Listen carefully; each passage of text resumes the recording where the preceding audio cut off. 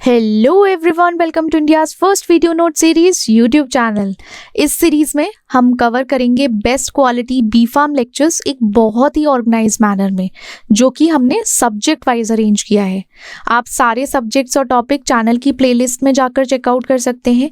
और हाँ, सारे वीडियो नोट्स के नोट्स का लिंक आपको वीडियो के डिस्क्रिप्शन बॉक्स में अवेलेबल है, तो आप वहां से उसको डाउनलोड कर सकते हो।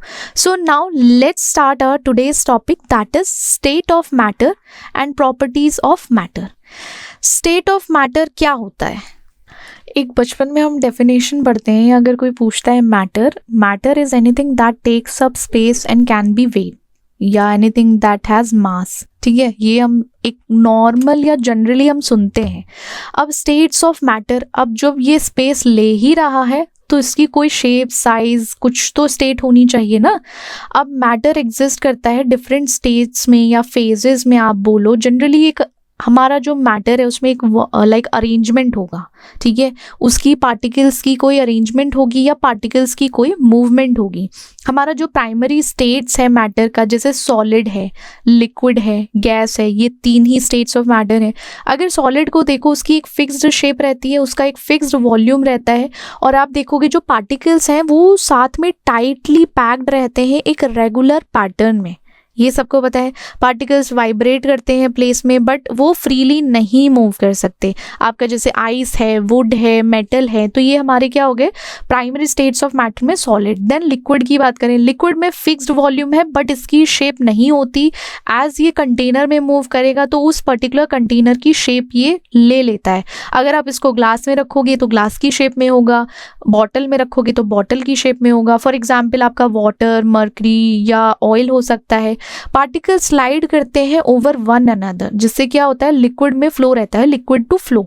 अब गैस है, गैस में तो कुछ भी नहीं है, नो फिक्स्ड शेप है या वॉल्यूम है, आप बता ही नहीं सकते। तो इसमें पार्टिकल्स का जो आपको ऐसे हम पढ़ते नहीं है बचपन में इस तरीके से, जो इसमें है हमारे सॉलिड में एकदम टाइटली एक दूसरे के साथ पैक्ड रहेंगे, ऐसे मान के चलो। अब बट हम जब लिक्विड में जाते हैं तो लिक्विड में थोड़ा सा ऐसे इधर दूर दूर, और गैस में चले जाओ तो गैस का तो भाई पूछो ही मत, कहीं यहाँ होगा वहाँ होगा, कुछ अता पता नहीं है। ये फ्रीली मूव करते हैं, एक दूसरे से थोड़ा सा दूर रहते हैं, दूरी बनाए रखते हैं, जिससे कि इनमें लाइक अच्छी दोस्ती रहे। तो इस तरीके से गैस में पार्टिकल्स रैपिडली मूव करते हैं। अगर देखा जाए इसमें सारी डायरेक्शंस में मूव करते हैं, उन्हें फर्क नहीं पड़ता किस डायरेक्शन में जाना, उनका है बस इधर उधर। अब ऑक्सीजन, CO2, नाइट्रोजन, ये सारे एग्जाम्पल है हमारे गैसेस के। अब प्रॉपर्टीज़ की बात करते हैं। हमारा जो प्रॉपर्टीज़ हैं, इनके पास क्या क्या ऐसी प्रॉपर्टी हैं जिसकी वजह से कुछ आप डिस्क्राइब करोगे सॉलिड, लिक्विड या गैसेस को, उनकी कैरेक्टरिस्टिक्स, बिहेवियर, कुछ अंडर कंडीशन, डिफरेंट कंडीशंस हैं तो वहाँ अलग हो जाती हैं। अब फिजिकल और केमिकल प्रॉपर्टीज़ के बेसिस पर हम इसको कैटेगराइज करते हैं। जैसे फिजिकल प्रॉपर्टीज़ में आप इसको observable without changing substance identity, आप इसमें कोई चेंज नहीं देखोगे। अगर देखा जाए आपको ऑब्जर्व नहीं होगा कि यहाँ एज अ चेंज हुआ है या नहीं। मास पर यूनिट वॉल्यूम रहेगा। विजुअल अपीयरेंस है, गोल्ड इज येलो एक तरीके से। Melting point, temperature at which solid becomes liquid. Melting point वो होता है जहाँ पे हमारा सॉलिड लिक्विड बन जाता है, जैसे आइस मेल्ट होती है 0 डिग्री पर। बॉइलिंग पॉइंट ऐसा टेम्परेचर जहाँ पे लिक्विड गैस में फॉर्म हो जाता है, ठीक है। जैसे हम वाटर को बॉईल करेंगे 100 डिग्री सेल्सियस पर, तो क्या होगा, हमारा वाटर धीरे धीरे इवेपोरेट होना शुरू होगा। क्या किस फॉर्म में चला जाएगा, वो गैसियस फॉर्म में चला जाएगा।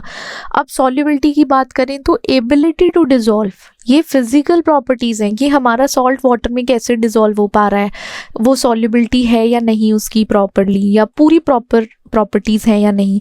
केमिकल प्रॉपर्टीज़ हैं। केमिकल प्रॉपर्टीज़ अगर हम डिस्क्राइब करें एक सब्सटेंस की, तो मतलब एक सब्सटेंस एक फॉर्म से दूसरे फॉर्म में चेंज हो सकता है, ठीक है। सब्सटेंस की एबिलिटी चेंज कर सकता है वो दूसरे डिफरेंट सब्सटेंस में अपने आप को। सोचो एक टाइम पे वो कुछ रिएक्शन होता है तो A से AB में कन्वर्ट हो सकता है, ठीक है। अब रिएक्टिविटी है कि कितना रेडिली एक सब्सटेंस रिएक्ट करता है। For example sodium water, sodium जब वाटर में जाता है तो किस तरीके से रिएक्ट करता है, फ्लेमेबिलिटी क्या है, उसकी बर्न करने की एबिलिटी है, oxidation state, degree of oxidation क्या है, एसिडिटी, बेसिसिटी, ये सब क्या होता है, टॉक्सिसिटी हम लोगों को केमिकल प्रॉपर्टीज बताता है किसी मैटर के बारे में, ठीक है। Change in the state of matter, कि किस तरीके से चेंज आ रहा है स्टेट ऑफ मैटर में जब हमारी एनर्जी ऐड होती है या रिमूव की जाती है। या तो क्या करोगे, आप एनर्जी को ऐड करोगे या फिर आप उस एनर्जी को रिमूव करते हो, तो क्या होता है, एक चेंज आता है। वही है कि अगर आप किसी को मोटिवेट करते हो तो उसमें एक आपको शायद पॉजिटिव चेंज देखने को मिलेगा कंपैरेटिवली अगर उसको डीमोटिवेट करोगे तो। कुछ ही लोग होते हैं जो डीमोटिवेट होके एक्स्ट्रा मोटिवेट हो जाते हैं कि नहीं भाई मैं तो करके दिखाऊंगा अब, ऐसा वाला। तो यहाँ क्या है, स्टेट ऑफ मैटर चेंज हो जाएगा अगर हम क्या करें, वहाँ पे एनर्जी को ऐड करें या रिमूव करें किसी सब्सटेंस से, ठीक है, जिसकी वजह से जो पार्टिकल्स का अरेंजमेंट था वो दोबारा से रीअरेंज हो जाएगा। एक ट्रांजिशन आएगा स्टेट ऑफ मैटर का कि सॉलिड लिक्विड में चेंज हो रहा है, लिक्विड गैस में चेंज हो रहा है, गैस लिक्विड में चेंज हो रहा है, लिक्विड सॉलिड में चेंज हो रहा है। तो यहाँ पे थोड़ा सा लाइक चेंजेस आएंगे। मेल्टिंग हमें पता है, सॉलिड से लिक्विड में बन जाना, लिक्विड से सॉलिड में कन्वर्ट कर देना, वेपराइजेशन से लिक्विड को गैस में कन्वर्ट कर देना, कंडेंसेशन में गैस को लिक्विड में कन्वर्ट करना, सब्लिमेशन में क्या होता है, डायरेक्टली सॉलिड को गैस में करना, लिक्विड फेज, बीच की फेज को स्किप करना। ऐसे ही तो चलता है, solid to liquid, liquid to gas. But क्या कर रहा है, इस फेज को स्किप करके सॉलिड डायरेक्टली गैसियस फॉर्म में कन्वर्ट हो जा रहा है।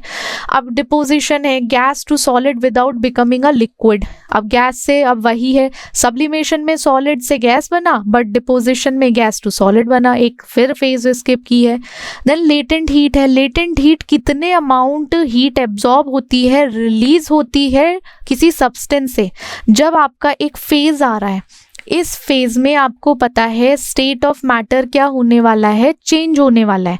क्या पता है हमें, स्टेट ऑफ मैटर चेंज होगा, ए टू बी जाएगा। अब ए टू बी अगर वो जाने वाला है तो हमें पता है या तो वो हीट को एब्जॉर्ब करके चेंज हो रहा है या हीट को रिलीज करके चेंज होगा, ठीक है। और उसकी क्या होता है, टेम्परेचर ऑल्टर नहीं होता। फेजेस चेंज में क्या होता है, फ्यूजन है, मेल्टिंग सॉलिड टू लिक्विड में, वेपराइजेशन में, ये फेजेस चेंज हम पता है, हम पढ़ चुके हैं।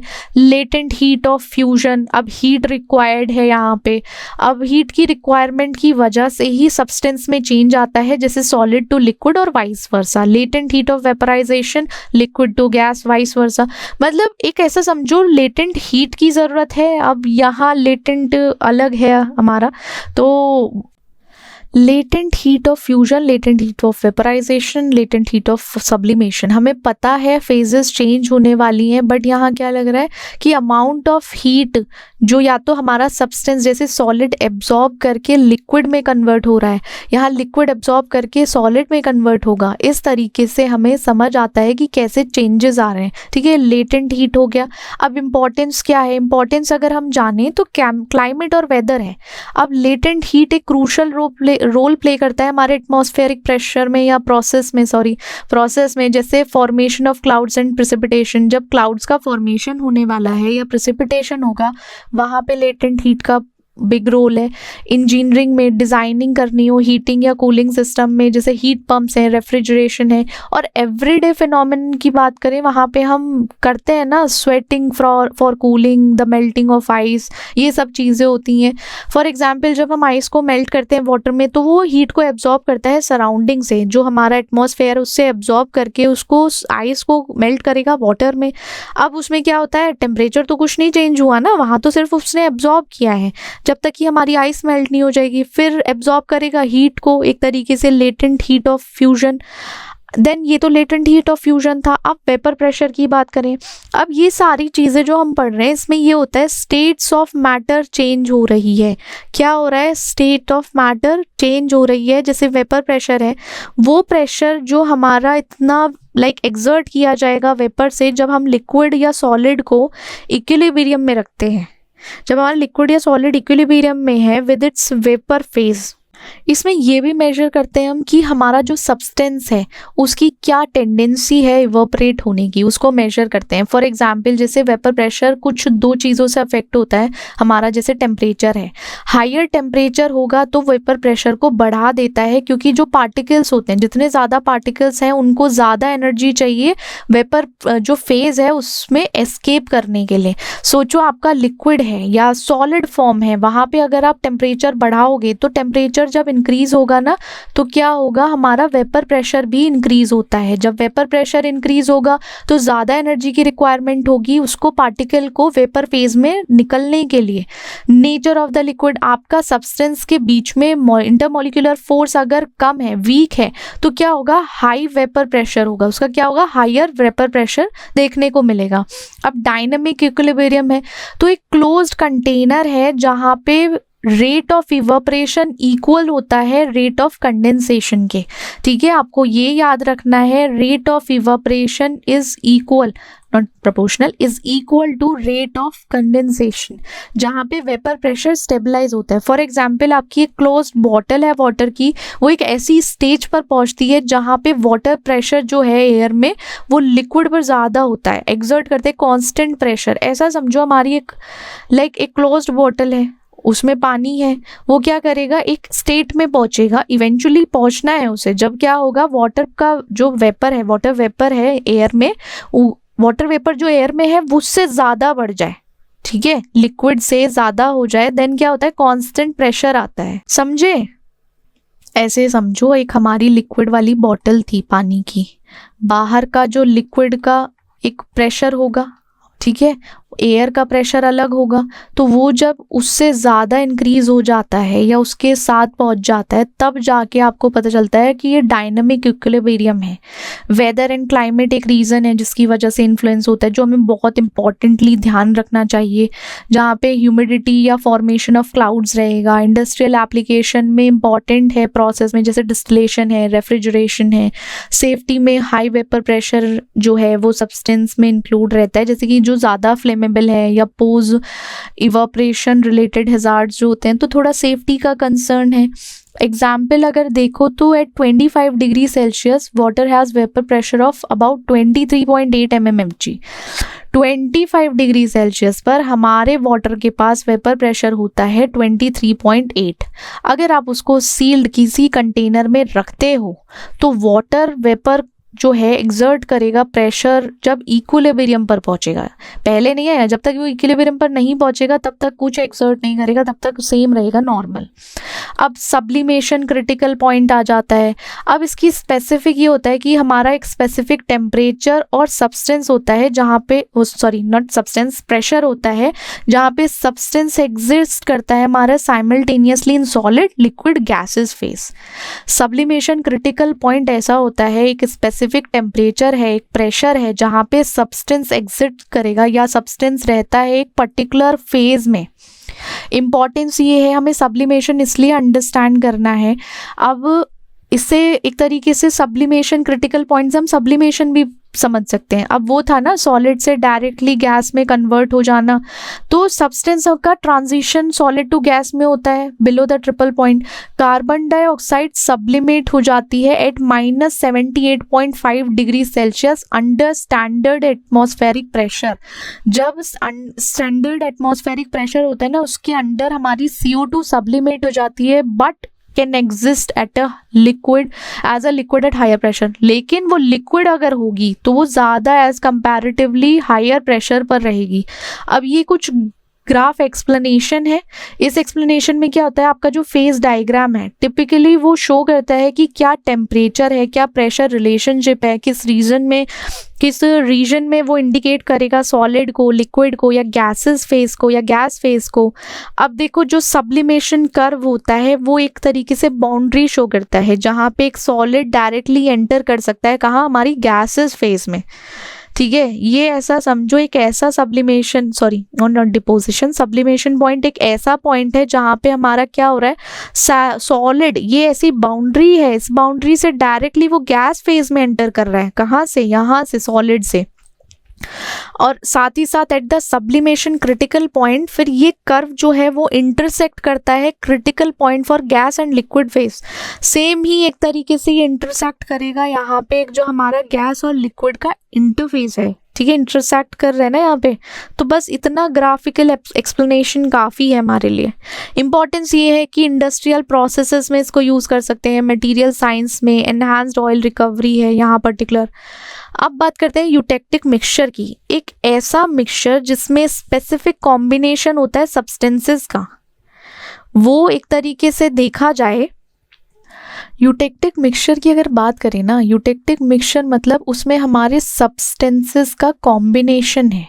आप ऐसा समझो इसमें हमारा ए और बी सब्सटेंस है और वो मेल्ट या सॉलिडिफाई हो सकता है एक सिंगल या लोअर टेम्परेचर पर। अगर आप उन दोनों सब्सटेंस को या उन दोनों कंपोनेंट्स को अलग अलग रखोगे, उसके टेम्परेचर से जब कंपेयर करोगे, देन आपको देखने को मिलेगा इस प्रॉपर या स्पेसिफिक कंपोजिशन को हम क्या बोलते हैं, यूटेक्टिक कंपोजिशन। अब यूटेक्टिक पॉइंट क्या होता है, एक यूनिक रेशियो होता है जब हमारा मिक्सचर ना एक लोअर मेल्टिंग पॉइंट रखता है। क्या रखता है, लोअर मेल्टिंग पॉइंट रखेगा। देन फेज डायग्राम है जिसमें हमारा बाइनरी फेज डायग्राम है जहाँ पे eutectic point where liquid phase can simultaneously solidify, कि साथ ही साथ आप देखोगे दो डिफरेंट सॉलिड फेजेस हैं और वो क्या हो जाएगा, वो सॉलिडिफाई हो सकती हैं एक साथ। कंपोजिशन में टिपिकली देखना पड़ेगा कि ये देखते हैं कि वहाँ पे हमारा एक प्रिसाइज रेशियो है कंपोनेंट्स का जो अचीव करता है यूटेक्टिक बिहेवियर को, ठीक है, जो यूटेक्टिव मिक्सचर का या यूटेक्टिक कंपोजिशन उसके बिहेवियर को एक धीरे धीरे लेना शुरू कर देगा। यूटेक्टिक रिएक्शन में क्या होता है, हमारा जैसे लिक्विड है, एक लिक्विड में हमारा सॉलिड 1 सॉलिड 2, वही बात की थी ए बी, आपका जो ये चीज़ होगी सब्सटेंस होगा किसी ना किसी चीज़ में तो होगा ना, वो सॉल्वेंट में होगा, यही चीज़ है, ये रिएक्शन हो गया। जब मेटलर्जी होता है तो यूटेक्टिक एलॉयज होते हैं जैसे सोल्डर्स हैं, वो वेल डिफाइंड मेल्टिंग पॉइंट्स रहते हैं जो यूजफुल होते हैं मटेरियल को ज्वाइन करने के लिए। केमिस्ट्री है, केमिस्ट्री को हम यूज़ कर सकते हैं फॉर्मुलेशन में जब बहुत सारे वेरियस प्रोडक्ट्स आते हैं। फॉर एग्जांपल आपका फार्मास्यूटिकल्स हैं या कॉस्मेटिक्स हैं, साथ ही साथ फूड एडिटिव्स हैं जो डिज़ायर्ड, अगर आप देखोगे अचीव करेंगे डिज़ायर्ड मेल्टिंग पॉइंट, साथ ही साथ उनकी एक सॉलिडिफिकेशन प्रॉपर्टी होगी। देन मटीरियल साइंस है, तो इनको समझना ज़रूरी है जब भी हम कुछ डिज़ाइन करेंगे मटीरियल में, स्पेसिफिक थर्मल हमें देखना पड़ेगा। अब फॉर एग्जाम्पल आपका यूटेक्टिक मिक्सचर है, ठीक है, सॉल्ट एंड आइस का है, salt and ice used in ice cream. ये किस में यूज़ किए जाते हैं, हमारे आइसक्रीम मेकर के टाइम पे इनको यूज़ किया जाता है, तो इसी एग्जाम्पल को लेना ज़्यादा बेटर है। इसमें एक स्पेसिफिक रेशियो होता है सॉल्ट का, वो लोअर कर देता है आइस के लाइक मेल्टिंग पॉइंट को, या आप सोचो उसका फ्रीजिंग पॉइंट है, sorry not melting point, freezing point को कम कर देता है, जिसकी वजह से मिक्सचर जो है वो ज़्यादा कोल्ड या फ्रीज हो जाता है हमारे आइसक्रीम का। कंपैरेटिवली अगर देखा जाए तो हमारा जो आइसक्रीम है ना वो एक यूटेक्टिक मिक्सचर है। अगर कोई पूछे कल के दिन यूटेक्टिक मिक्सचर के बारे में बताओ तो एटलीस्ट आप उसको बता पाओगे, ठीक है। ये ग्राफिकल एक्सप्लेनेशन है जहाँ पे हमारा जो यूटेक्टिक फेज डायग्राम है वो टेम्परेचर कंपोजिशन और आपका जो रिलेशनशिप है बाइनरी सिस्टम से उसको एक्सप्लेन करेगा कि किस तरीके से एग्जैक्टली ये वर्क करता है, ठीक है। अब गैसेस एंड एरोसोल्स हैं जिसमें इनहेलर्स आ जाते हैं। एरोसोल्स एंड इनहेलर्स तो आई गेस सबने ही सुना होगा, होता है, अस्थमा पेशेंट के पास देखे होंगे इनहेलर्स। तो वो किस तरीके से वर्क करता है, हमारा जो गैसेस होती हैं वो एक प्राइमरी स्टेट है मैटर की जिसमें कुछ ना तो शेप होती है ना वॉल्यूम होता है, उसका जो लाइक फिक्स्ड कुछ नहीं होता। गैस एक्सपेंड कर सकती है, शेप को फिल कर सकती है, जैसे बैलून में आप देखोगे, कोई भी कंटेनर है उसमें देखोगे। अब पार्टिकल का मूवमेंट होने वाला है, जो आपका गैस पार्टिकल है वो बहुत रैपिडली मूव करता है, साथ ही साथ फ्रीली मूवमेंट होती है उसकी, बहुत जल्दी इधर उधर जाता है, फिर उसकी हाई काइनेटिक एनर्जी है, साथ ही साथ जो इंटरमॉलिक्यूलर फोर्सेस हैं वो कम होता है। कंप्रेसिबिलिटी में gases can be compress significantly, हम उनको कंप्रेस कर सकते हैं क्योंकि उसमें जो लार्जर स्पेस है पार्टिकल्स के बीच में उसकी वजह से।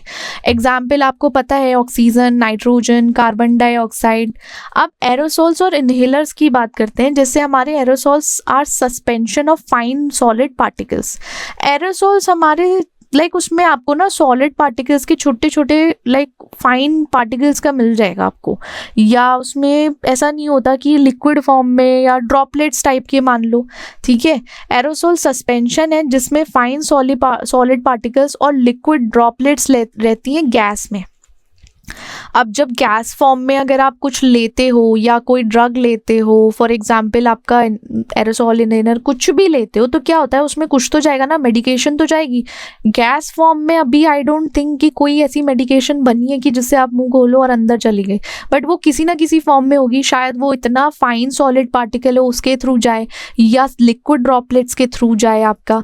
इनहेलर्स हमारी एक ऐसी मेडिकल डिवाइस है जो मेडिकेशन को डायरेक्टली डिलीवर करती है लंग्स में। किस फॉर्म में? एरोसोल फॉर्म में, ठीक है। एरोसोल फॉर्म में डायरेक्टली मेडिकेशन लंग्स में एंटर करती है। तो टाइप्स ऑफ इनहेलर में हमारे एमडीआई आते हैं, डीपीआई आते हैं। अब एमडीआई में क्या होता है, मीटर डोज इनहेलर्स में एक प्रेशर कैनिस्टर रहता है, वो एक स्पेसिफिक अमाउंट की मेडिकेशन रिलीज करता है as a aerosol. Aerosol form में ही रिलीज करेगा उसको, करेक्ट। ये रिलीज करने के बाद डायरेक्टली उसकी जो डिलीवरी है लंग्स तक हो पाएगी, एक तरीके से इम्प्रूव भी होता है। हम इसको ऑफनली देखेंगे यूज करते हुए, लोग यूज करते हैं, आस्थमा पेशेंट मोस्टली यूज करते हैं। ड्राई पाउडर इनहेलर्स आते हैं, अगर जैसे उसमें प्रोपेलेंट नहीं होता, इसमें प्रोपेलेंट होता है एमडीआई में, इसमें प्रोपेलेंट नहीं होता, तो इसमें मेडिकेशन जो पाउडर फॉर्म में थी वो डायरेक्टली आप जैसे उसको इनहेल करोगे ना तो वो एकदम से डिस्पर्स हो जाती है, ठीक है। पाउडर जो आपके लंग्स में है वो ज़्यादा जल्दी से डिस्पर्स होता है। वही एस्मा में मेडिकेशन लेते हैं, ब्रोंकोडायलेटर्स या कॉर्टिकोस्टेरॉइड्स, ये सब चीज़ें आती हैं। सीओपीडी है, वहाँ पे हम यूज़ करते हैं। रिलेटिव ह्यूमिडिटी जो है वो रेशियो होता है हमारा जो करंट अमाउंट है वेपर प्रेशर का एयर में to the maximum amount of water vapour the air can hold at the temperature. Sorry, एक मिनट। रिलेटिव ह्यूमिडिटी, इसमें क्या होता है, जैसे आपका एक टेम्परेचर है, आप ऐसे इसको ना थोड़ा सा इसकी डेफिनेशन ऐसे याद करो, जैसे टेम्परेचर है आपका, एक पर्टिकुलर टेम्परेचर पे हमारा जो वाटर वेपर है एयर में, ठीक है, वो मैक्सिमम अमाउंट पर कितना होल्ड कर सकता है, ठीक है। वाटर वेपर को मैक्सिमम कितना होल्ड कर सकता है, और साथ ही साथ इसका जो रेशियो हमने करा है करंट अमाउंट, एक देखो ऐसे समझो, ratio of the current amount of water vapour in the air. Current जो अभी के टाइम पे कितना वाटर वेपर है एयर में, और उसका दूसरा रेशियो क्या है, जितना मैक्सिमम अमाउंट है वाटर वेपर का एयर में होल्ड करने की जो कैपेबिलिटी है एक पर्टिकुलर टेम्परेचर पे, उसको हम एक्सप्रेस करते हैं परसेंटेज में। तो वो हमारी रिलेटिव ह्यूमिडिटी हो जाती है। रिलेटिव ह्यूमिडिटी को एक तरीके से हमने निकालना है actual vapour pressure upon saturation vapour pressure, ये फॉर्मूला है। अब वेदर फॉरकास्टिंग के लिए बहुत ज़रूरी है, एग्रीकल्चर में, एवरीडे लाइफ में भी ज़रूरी है। अगर आपको क्वालिटी चेक करनी है या वो पता करना है level her homes and work place में, देन अब मेजरमेंट के लिए आप हाइग्रोमीटर्स यूज कर सकते हो, जिससे आप रिलेटिव ह्यूमिडिटी इजीली कैलकुलेट कर सकते हो। अगर एयर का टेम्परेचर है 30 डिग्री सेल्सियस, तो आपका जो एयर है उसमें जो हाफ अमाउंट क्या होगा, वाटर वेपर का होगा, क्योंकि इस पॉइंट पे या इस टेम्परेचर पे इतना ही वाटर वेपर को होल्ड कर सकता है। अब रिलेटिव ह्यूमिडिटी 50% हो जाएगी। आपका 30 डिग्री से टेम्परेचर है, मान के चलो 30 डिग्री है, उसमें कितना वाटर वेपर हेल्ड कर रहा है, तो समझो यहाँ पे 50% हमारी रिलेटिव ह्यूमिडिटी है, ठीक है, इतना परसेंटेज। अब देन लिक्विड कॉम्प्लेक्सेस की बात करते हैं। कॉम्प्लेक्सेस मतलब एक होमोजेनस मिक्सचर जिसमें दो या दो से ज़्यादा कंपोनेंट एक दूसरे के साथ इंटरेक्ट करेंगे मॉलिक्यूलर या आयनिक लेवल पर। अब देखो जब ये रिएक्ट करेंगे, कॉम्प्लेक्स मतलब हमारी कुछ, मैं आप ऐसे बोल सकते बहुत सारी चीज़ों से मिलकर बना है, या उसमें वन से ज़्यादा कंपोनेंट हैं, तो उस पर हम कह सकते हैं कि हाँ ये कॉम्प्लेक्स फॉर्म कर रहा है। अब देन आपको रिजल्ट क्या मिलेगा, रिजल्ट आपको जब ये एक होमोजेनस मिक्सचर बन गया तो इसकी प्रॉपर्टीज़ भी चेंज हो जाएंगी, फिजिकल केमिकल प्रॉपर्टीज़, जो उनकी अपनी खुद की प्रॉपर्टीज़ होती हैं वो नहीं रहेगी। अब आप खुद देखो, सब्जी में भिंडी और ये सब चीज़ें होती हैं, अगर उनको साथ में मिला दो तो एक अलग टेस्ट आता है। आलू टमाटर मिक्स करके एक अलग टेस्ट बनता है, आलू को अलग करोगे तो उसका टेस्ट अलग है। मतलब एक तरीके से हमें ये समझना है कि फिजिकल और केमिकल प्रॉपर्टीज उनकी इंडिविजुअली अलग होती हैं और मिक्स होने के बाद अलग हो जाती हैं। अब सॉल्यूशंस हैं, टाइप्स ऑफ सॉल्यूशन में आपका होमोजेनस मिक्सचर है जहाँ पे सॉल्यूट फॉर एग्जांपल सॉल्ट आ गया, वो कंप्लीटली डिसॉल्व हो जाता है हमारे सॉल्वेंट जो कि वाटर है, ये सॉल्यूशन है। अब कोलॉइड्स है, कोलॉइड्स में क्या होता है, आपका मिक्सचर है जहाँ छोटे छोटे पार्टिकल्स हैं वो डिस्पर्स रहते हैं पूरे लिक्विड में, बट वो सेटल डाउन या आप ये बोलो सेटल आउट नहीं होते। फॉर एग्जांपल आपका मिल्क, वो रहेगा डिस्पर्स रहेगा, तो उसको कोलॉइड्स बोल सकते हो। प्रॉपर्टीज में होमोजेनिटी है जहाँ पे यूनिफॉर्म कंपोजिशन है थ्रू आउट द मिक्सचर, पूरे मिक्सचर में एक आपको यूनिफॉर्मिटी देखने को मिलेगी, आपके पार्टिकल सेपरेट नहीं होंगे, तो स्टेबिलिटी है। केमिकल रिएक्शंस में यूज़ कर सकते हो, इंडस्ट्रियल प्रोसेस या बायोलॉजिकल प्रोसेस में हम इसको यूज़ करते हैं। देन आपका लिक्विड क्रिस्टल्स हैं। अब लिक्विड क्रिस्टल वो सब्सटेंस होते हैं जिनकी खुद की एक प्रॉपर्टी होती है, अगर आप कन्वेंशनल लिक्विड और सॉलिड क्रिस्टल के बीच की बात करो तो, ठीक है, उनकी खुद की भी प्रॉपर्टी है। अब फ्लो लाइक अ लिक्विड होता है, बट उसमें कुछ डिग्री का ऑर्डर है हमारा स्ट्रक्चर का, वेल नोन है। अगर लिक्विड क्रिस्टल डिस्प्ले है एलसीडीज का, उसका खुद का। अब टाइप्स आ जाते हैं, थर्मोट्रोपिक लिक्विड क्रिस्टल है, उसमें फेज चेंज हो जाती है रिस्पॉन्स टू टेम्परेचर। लाइटोट्रोपिक लिक्विड है क्रिस्टल्स, उसमें एक तरीके से दो से ज़्यादा सब्सटेंस को मिक्स करके बनता है। अब सबकी अलग अलग फेज होती है, जैसे निमेटिक फेज है जहाँ पे मॉलिक्यूल्स का जो ओरिएंटेशन है वो सेम डायरेक्शन में होगा, बट जो अरेंजमेंट पैटर्न है वो एक जैसा नहीं होगा। अब या एक समझो कि वेल डिफाइंड नहीं हो सकता, एटलीस्ट, या आप ऐसे बोल सकते हो लीस्ट या फ्लो इजीली हो सकता है निमेटिक फेज में। स्मेक्टिक फेज में क्या होता है, आपके मॉलिक्यूल्स अरेंज होते हैं लेयर बाय लेयर, फिर वो स्लाइड करते हैं एक दूसरे के, तो जिससे एक लेयर फॉर्म होती है, एक मेंटेन होता है डिग्री ऑफ ऑर्डर। देन आपका कायरल निमेटिक फेज होता है जहाँ पे मॉलिक्यूल्स को आप लेयर में अरेंज करते हो और हर लेयर का एक स्लाइटली डिफरेंट ओरिएंटेशन है, जो आपको ओरिएंटेशन देखने को मिलेगा वो अलग होगा, जिसकी वजह से एक हेलिकल स्ट्रक्चर भी फॉर्म होगा। ठीक है, ये था हमारा थर्मोट्रॉपिक लिक्विड क्रिस्टल्स। अब प्रॉपर्टीज, अब हमारा एनिसोट्रॉपी है, डिस्प्ले टेक्नोलॉजी है या सेंसर्स हैं, तब हम इसको यूज़ करते हैं। ग्लासी स्टेट हमारा आप बोल सकते हो एमॉर्फस स्टेट है मटेरियल का, जिसमें वो सॉलिड की तरह ही है बट उसमें अरेंजमेंट नहीं है। डिसऑर्डर, एमॉर्फस अगर स्टेट है तो वहाँ से आप एक आइडिया लगा सकते हो कि डिसऑर्डर्ड है, जो अरेंजमेंट है वो प्रॉपर नहीं है, एक स्ट्रक्चर लाइक लिक्विड की तरह समझो। नॉन क्रिस्टलाइन, ट्रांजिशन, ब्रिटल, इस टाइप के फॉर्म होती है ग्लासी स्टेट में, ये उसकी कैरेक्टरिस्टिक है। अब कॉमन ग्लास है, पॉलीमर्स है, ये एग्जाम्पल आ जाते हैं, जैसे आपका एप्लीकेशन है ग्लासेस, पॉलीमर्स, मेटालिक ग्लासेस का। देन सॉलिड क्रिस्टलाइन है, क्रिस्टलाइन सॉलिड जो होते हैं उनका वेल डिफाइंड होता है, एक प्रॉपर एटॉमिक स्ट्रक्चर होता है, जिसकी वजह से ऑल 3 स्पेशल डायमेंशंस मतलब आपको देखने को मिलेगा। ये जो लिक्विड क्रिस्टलाइन है, सॉलिड क्रिस्टलाइन है, इनका मतलब ये एक अरेंजमेंट है, ठीक है, किसी चीज़ की अरेंजमेंट कैसे हुई है, कैसा पैटर्न है एटम्स और मॉलिक्यूल्स का, किस अरेंजमेंट में है, बस वही है इसमें, क्योंकि ये स्टेट्स ऑफ मैटर है, स्टेट्स ऑफ मैटर में फेजेस आ जाते हैं अलग अलग।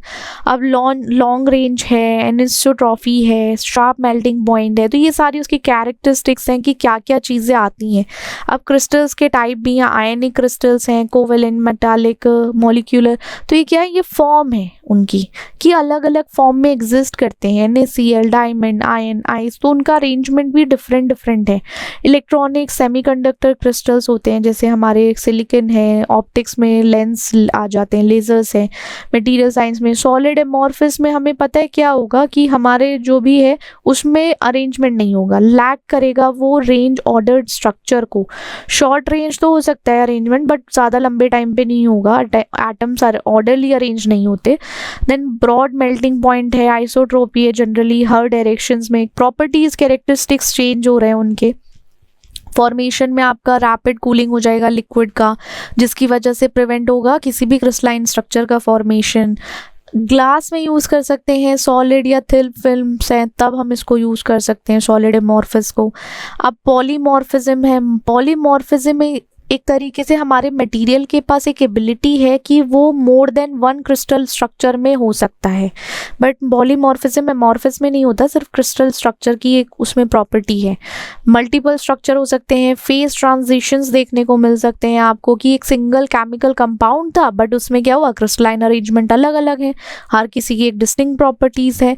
देन आपका पॉलीमॉर्फ है, वो ट्रांसफॉर्म हो सकता है एक फॉर्म से अनदर में कुछ कंडीशन के बेसिस पर, जैसे टेम्परेचर है, प्रेशर प्रेशर है उसके बेसिस पर, ये कैरेक्टरिस्टिक्स हैं। अब टाइप्स ऑफ पॉलीमॉर्फ हैं, जैसे एनेंशोट्रॉपिक पॉलीमॉर्फ्स है, एक मोनोट्रॉपिक पॉलीमॉर्फ्स है। तो उसमें एक फॉर्म, एनेंशोट्रॉपिक में तो आपका डिफरेंट फॉर्म्स होती हैं, वो इंटरकन्वर्ट है या आपका रिवर्सिबल है, हम यहाँ मान के चल सकते हैं ये क्या है, रिवर्सिबल है। बट क्या होता है मोनोट्रॉपिक में आपको इरिवर्सिबिलिटी देखने को मिलेगी, ये स्टेबल फॉर्म में आ जाता है, अगर चेंज होगा तो वो बस स्टेबलाइज हो गया, अब उसको आप नहीं चेंज कर सकते कंडीशन के बाद। इंपॉर्टेंट ड्रग फॉर्मुलेशन बनाने में हम इसको एज यूज़ करते हैं, या साथ ही साथ बहुत सारे रेगुलेशन है तब यूज़ करते हैं। एग्जाम्पल जैसे हमारा कार्बन है, कैल्शियम कार्बोनेट है, तब इसका हमें पॉलीमॉर्फिज्म देखने को मिलेगा।